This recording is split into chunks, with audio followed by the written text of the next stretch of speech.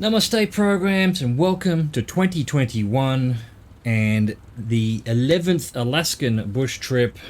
It's the second last one. It's from Egegik Airport, Egegik, I'm not sure how you say it, to King Salmon Airport, PAII to PAKN. Let's get going and see how we go. Power up, brakes off.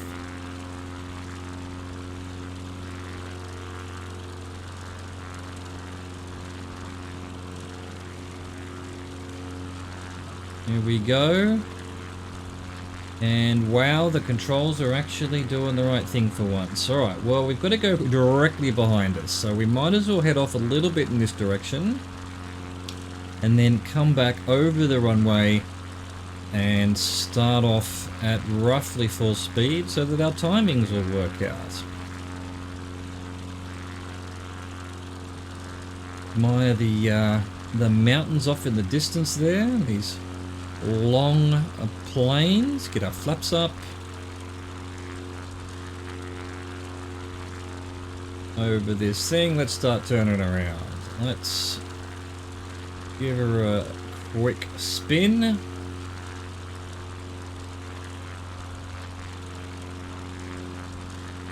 So we want 304 for 3 minutes 49. But basically from above the middle of the runway.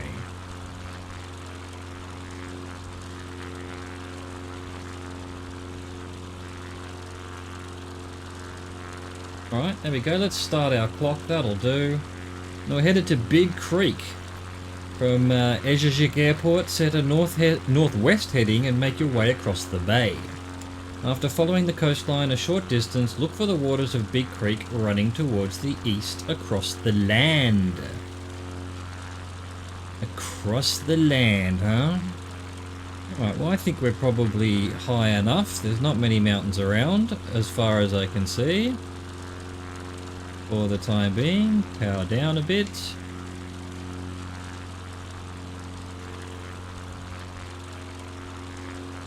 And we're looking for a big creek.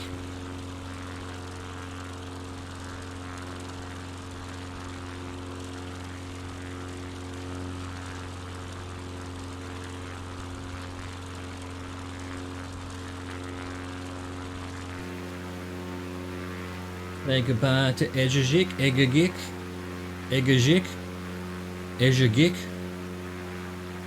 One last time. And I'm sure you're extremely pleased that I won't be trying to pronounce that ever again. Happy 2021. I hope you have an excellent year, everyone. Let's hope. I don't think it's going to start off any better than 2020, but let's hope things are moving in the right direction. Vaccines and getting back to a normal life.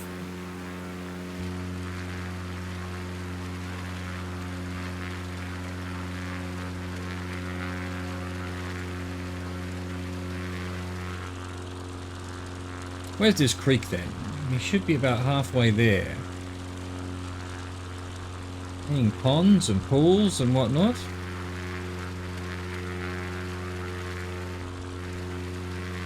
Strange shaped things down here yet again. I'm wondering how that's coming about. The algorithm usually does better than that. As I mentioned on another leg, I just wonder whether this part of the world isn't as high res on its aerial photography as some other parts of the world. Quite possible, I suppose. Maybe this is satellite imagery they're using up here, so it ends up being a little bit more jaggedy.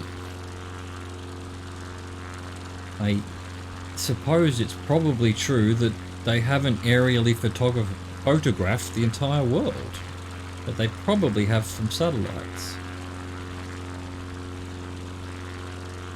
Alright, this must be the creek here. There we go, I'm seeing a waterway. Thinking I wasn't even seeing anything that looked like a river slash creek. So there we go, there is something there. And it looks like it's about right timing wise. We've just hit 3 minutes, 50 seconds to go.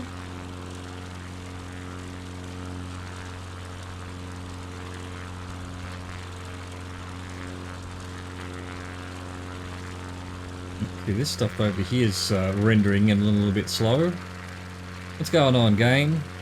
Slow servers or something?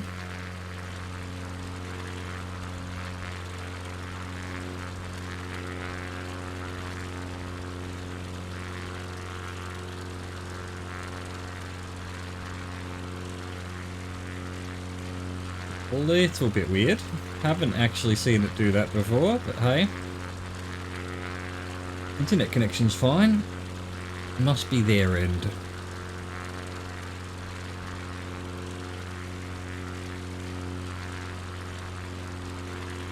Alright, well, we should be turning pretty soon. This is the creek here, quite obviously.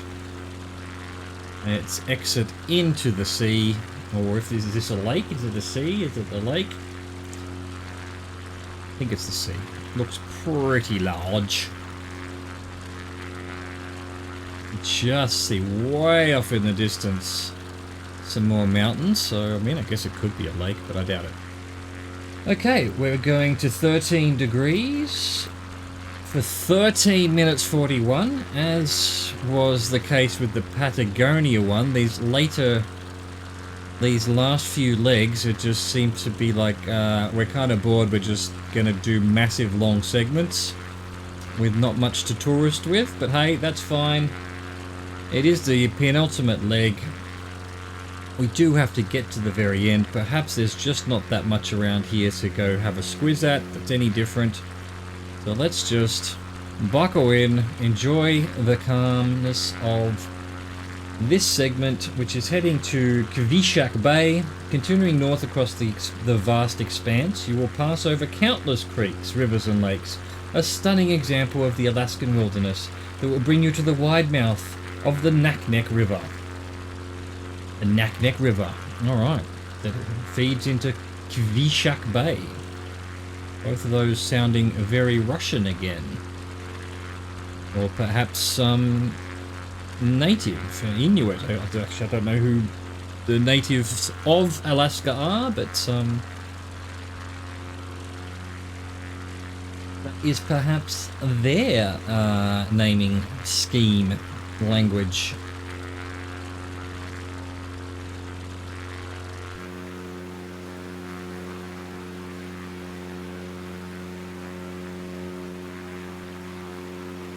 Still see the airport just off the tip of my wing, the right wing.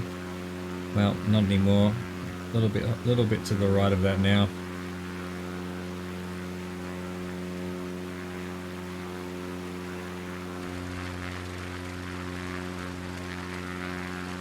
Mountains in the distance. That was the one we came from in the last leg, I think. Well, we went past anyway. Very, very volcanic looking mountain, that one. Mount Fuji-ish? Ishtish? Ishtik?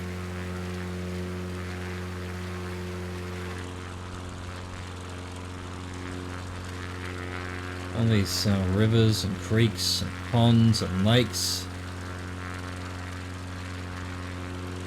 It'd be tough going if you're on foot, that's for sure.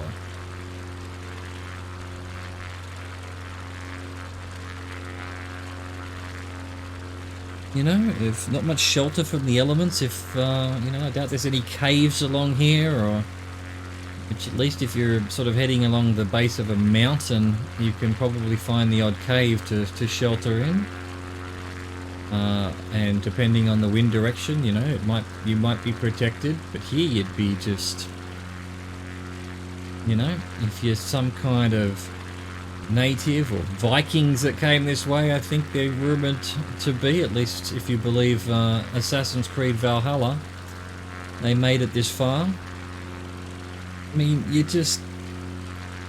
gonna have to pitch tents every bloody 20 minutes and warm up.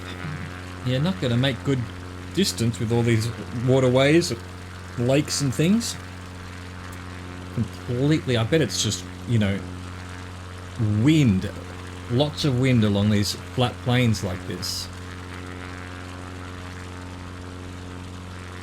Certainly up far this north when, you know, you've got cold and the sun's going to warm up certain sections and not others. And I imagine it's very, very windy.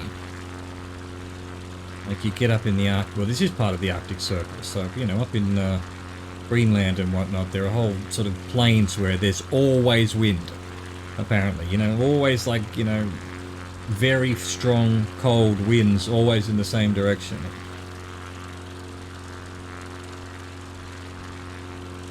It'd be fun to visit that and live in it for a couple of minutes, but then, you know what, you get to the nearest bar and nearest fire and just enjoy life, you know.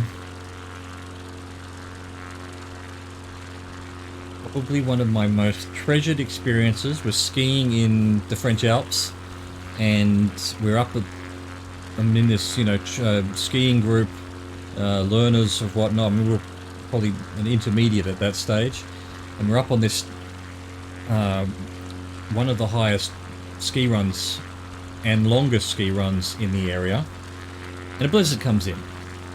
Absolutely couldn't see shit. Couldn't see your hand in front of your face if you put it there. And with the wind shear, it went down to minus 20 degrees or something like that. Coldest I've ever been experienced.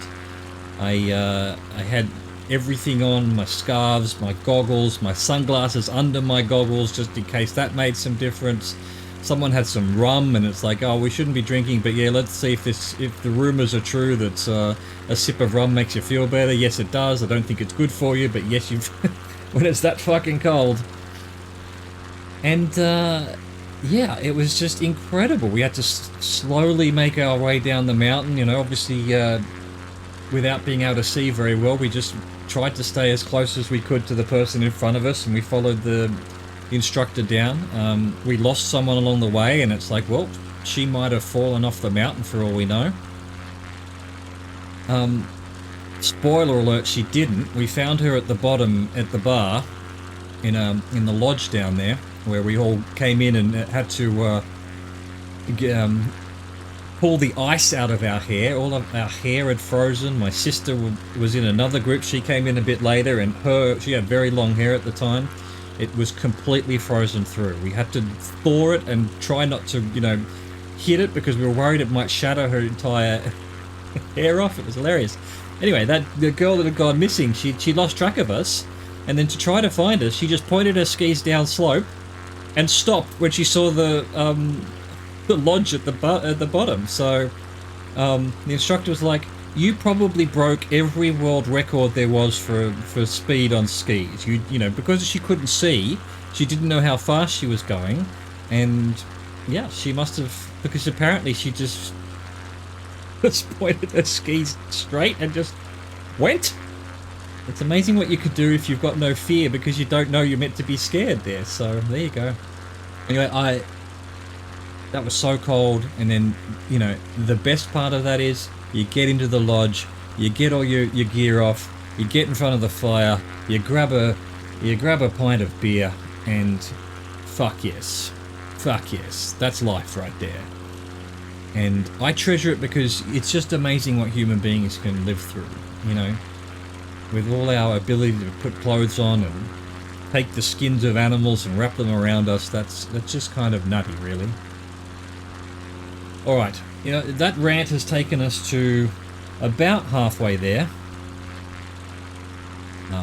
And, you know, obviously Alaska, even colder than that, I have no doubt, so most of the time. So props to anyone who lives up this way.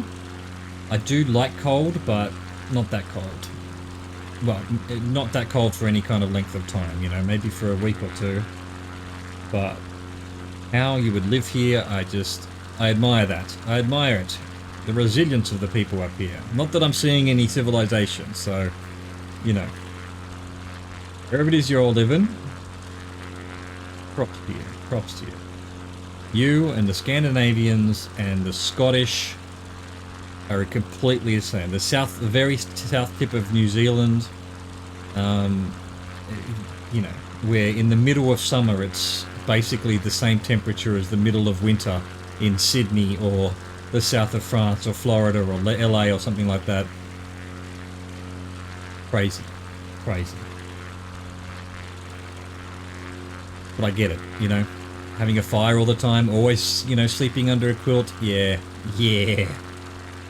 That's where life is at its best.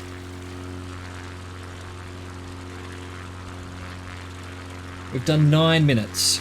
We've got to do 13:41, so 4.5 minutes to go. If my calculations are correct.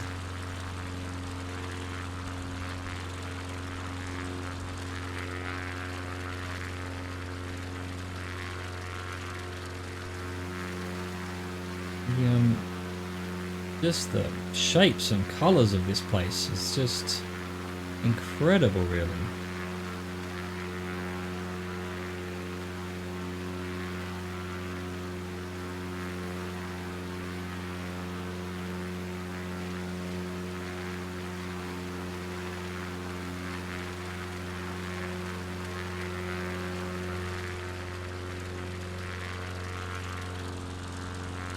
Yep.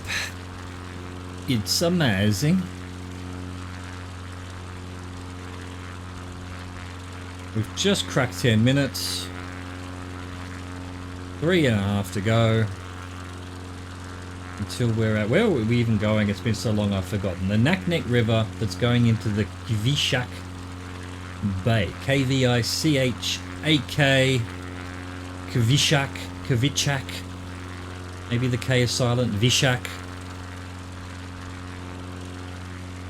I am seeing a big river over there. About 3 minutes away, yes. And this whole section must be the bay off to our left here.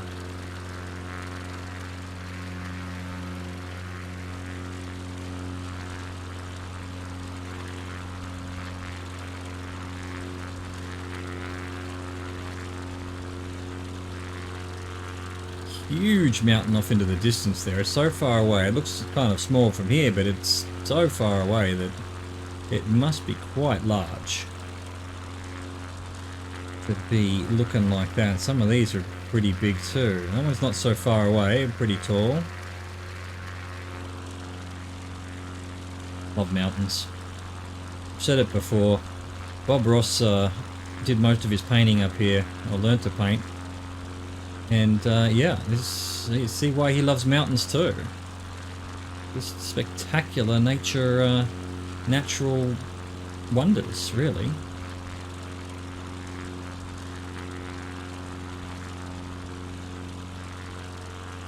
You know what, I think he was up here because he was in the Air Force or something, I remember reading. I wonder if he flew around this place as well. Am I following in the, well, virtually following in the footsteps of Bob Ross, of all people?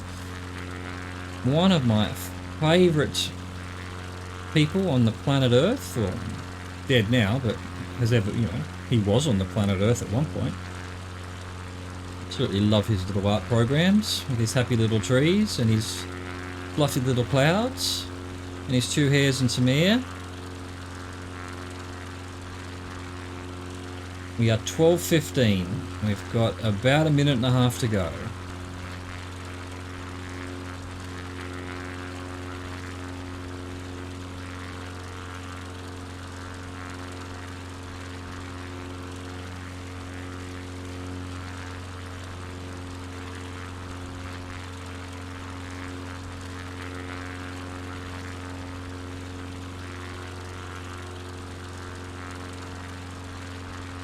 That is a pretty wide river. The Naknek, N-A-K, which sounds like a word that's backwards, but it's no better backwards. The Kenkan River or the Naknek? Oh, actually the Naknek sounds much better.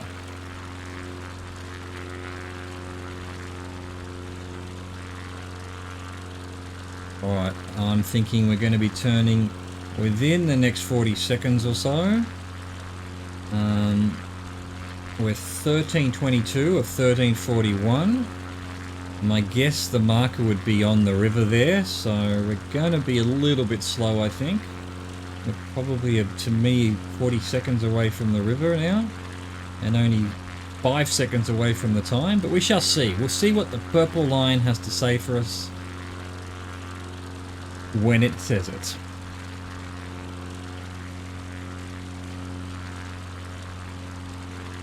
Oh, there's another airport here. This is not the airport we're headed to, but there is a runway just there. What are you doing, little runway, huh?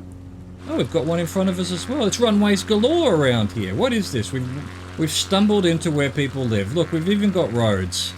We've got like a quarry here, and that's probably heading down. Well, we're not quite at the river before the turn, so here we go. We're 80 degrees for 6 minutes 32. And we're heading to King Salmon Airport. The airport where the king of the salmon lives. Adjust your course and head east along the Naknek River. The flow will soon bend towards the southeast, bringing you into the view of your next landing spot, King Salmon Airport on the river's northern bank. Well, 6 minutes, that would seem like an eternity on most segments and most legs, but now since we just did a 13 one, this will just be easy, right? So, we've got a little town, we've got a runway there, we've got a runway on the other side, quite a bit of civilization, almost a city, really. I wonder if it's this town or city of Naknek, given the name of the river. I suppose it's all quarries and fracking and whatnot up here. Isn't that what Alaska's famous for at the moment? Desperately trying to save all this from the people who want to dig it all up to use a non-renewable resource for a little bit longer. Although, if you want my personal theory, I don't think oil from the ground is actually... I think it doesn't run out.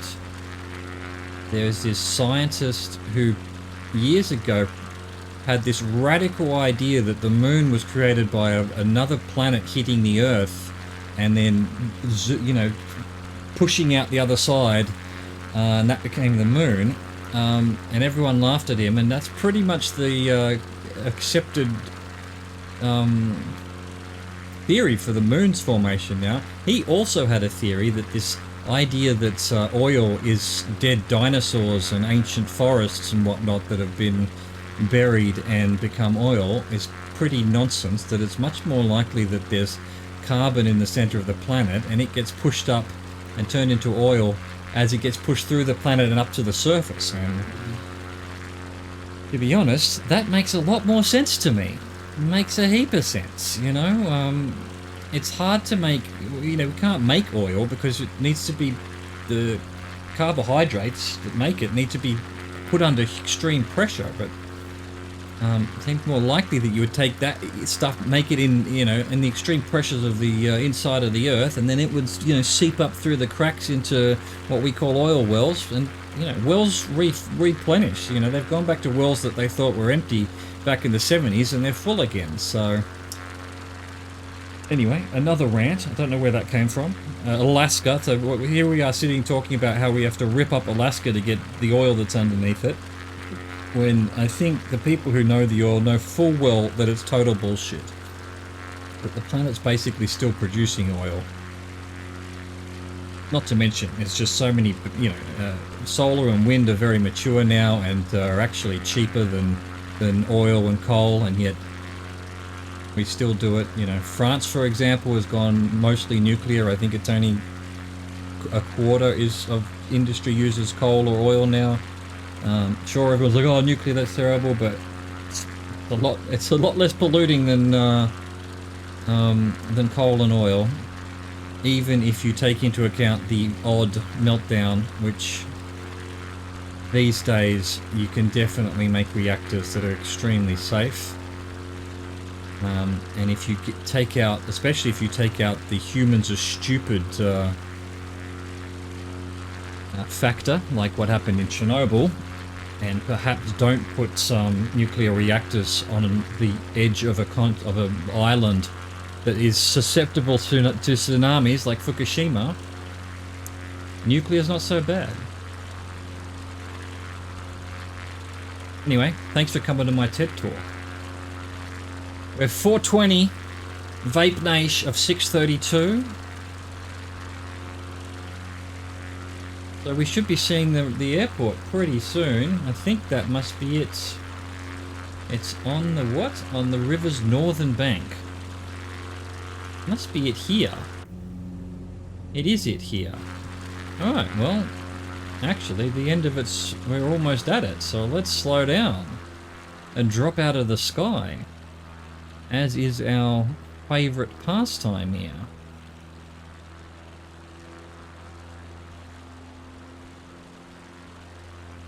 I want a slow down plane. I don't want to speed up. Do as you're told, plane. Do as you're told.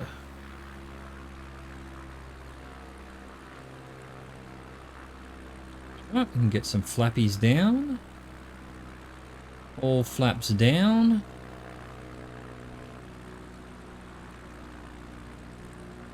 I think we're probably going to come up short. I might, but for now, we are still quite high. Once I start turning, we can decide if we're too short. Short is better than long, because short can be fixed with power, whereas long cannot be.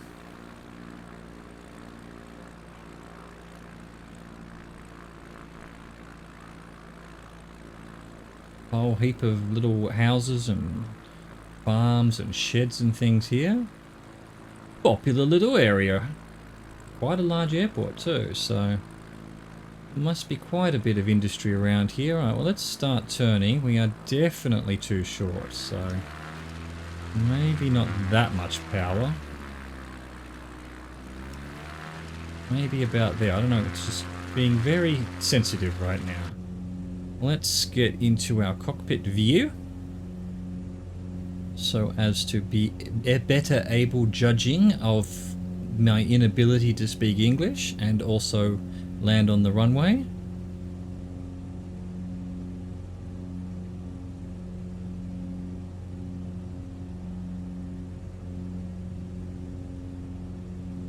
Not looking too bad. Not looking too bad, I have to say.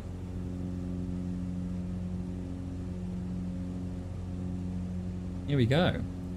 Got a little car crossing just before the runway. Watch out, little car. Can slow down just a little bit.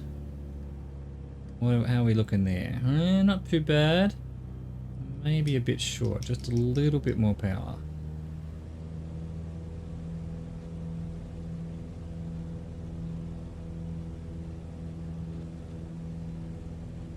Okay, I think we can go to external view. Get rid of all power and start flaring it in here. King Salmon Bay, no, just King Salmon Airport. I hope I can get an audience with the monarch himself. I'm a big fan of salmon. There we go. Pretty cool, good landing. All right, slam on our brakes. That was leg 11 of Alaska, the second last leg.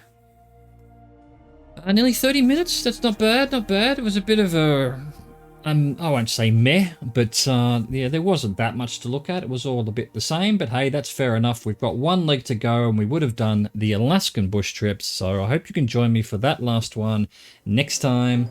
Thanks for watching, au revoir, goodbye.